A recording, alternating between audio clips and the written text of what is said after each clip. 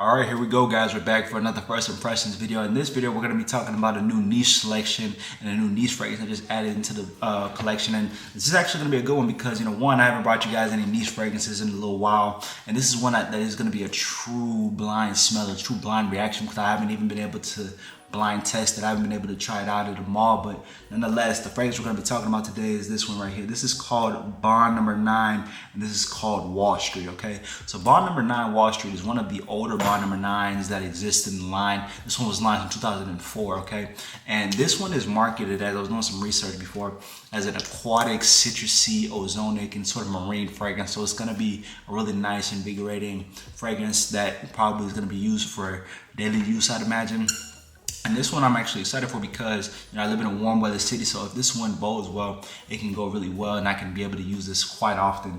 But as far as just talking about niche fragrances and why those have such an appeal, Bond Number 9 is one of the top niche fragrance brands in the world. And people usually go for niche fragrances. One, they want a level of richness to their fragrance. They want something a little bit higher class. Niche fragrances also are known for fragrances, right? Designer houses can be known for other things, right? They can be known for shoes, clothes, makeup, as opposed to niche houses.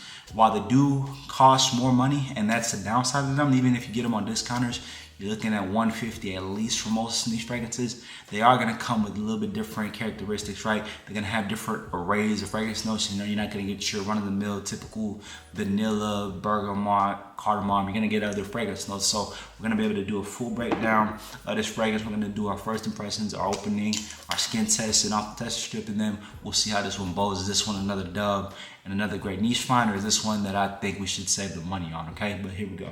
So just looking at it, first off the presentation, I do like the bottle design, that typical star Bond Number 9 look.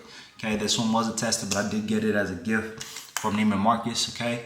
This one is gonna have main notes of cucumber. We're gonna get seaweed in this one. We're also gonna get lemon, bitter orange. We're gonna get some musk, lavender, and then we're gonna get some ambergris and vetiver. So really nice. It's gonna be different arrays with that cucumber and seaweed. Those are typically not the most common of fragrance notes, okay? Also looking at it, you're gonna get some resins. Resins, hit or miss. It's not the most frequently used fragrance note, but I mean, again, a really nice, fresh, aquatic, marine fragrance note. But nonetheless, I got it. I got the tester strip.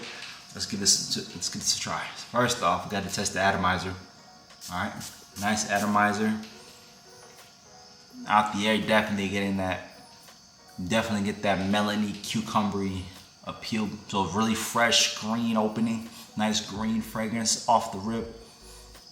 Good sillage too. It's really strong too. It's a little bit more strong, and it's not as moderate. It's not so subtle. It's really pronounced. So nice opening. I do like that nice green marine opening with that cucumber and seaweed.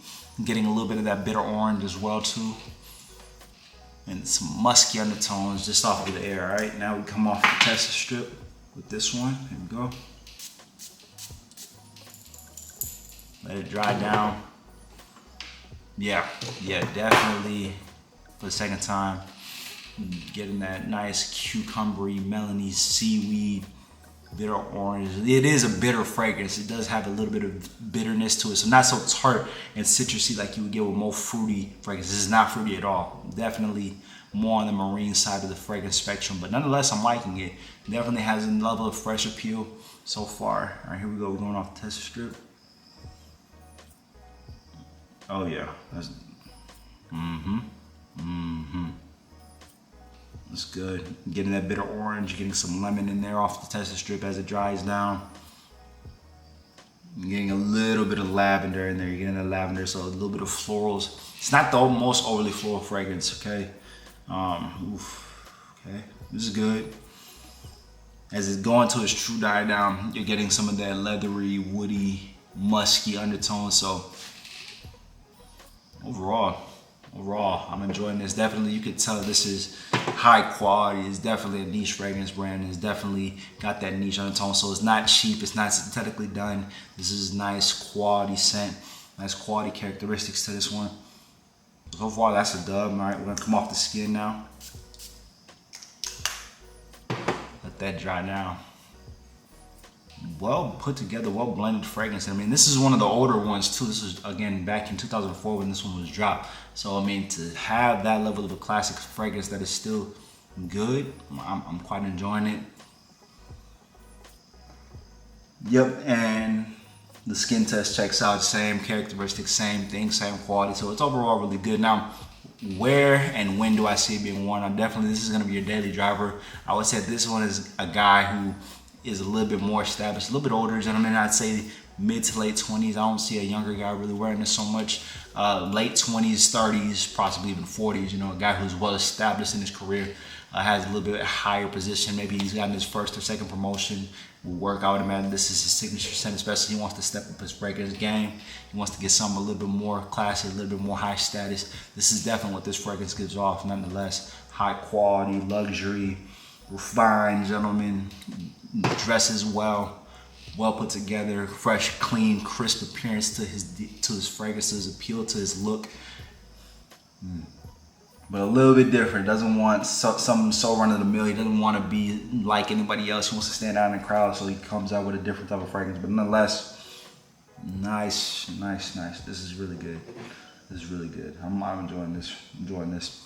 Well, so scent quality check, lasting power, sillage check, smell test check, and this is definitely going to be daytime. I would imagine this to be spring, summer, fall, even. Right, fall from the standpoint if you want it a little bit cooler and you still want a fresh fragrance, I'll wear this in the fall. Spring when it's a little bit cooler, but you know you have a little bit more of a wind, but it's still kind of warm out. Wear this summertime if it's not overly hot. You want something a little bit more refreshing. Definitely wear this fragrance. So definitely 3 out of the 4 seasons. Winter you could even pull this off too. I would say all season, all occasion it would fall into that realm, but definitely the 3 most common seasons. I would go spring, then fall, then summer in that order. All right. But nonetheless, guys, that'll do it. Another dub, another first impression out the way, stepping into the niche realm a little bit more, getting some more niche fragrances. And that's typically the case as you start to get into fragrance. You start to build your collection up. You also start to build your nose up. And as you build more fragrances, as you add more fragrances, you start to realize, okay, a lot of the designers kind of repeat the same DNA. That's kind of the problem with a lot of these brands now.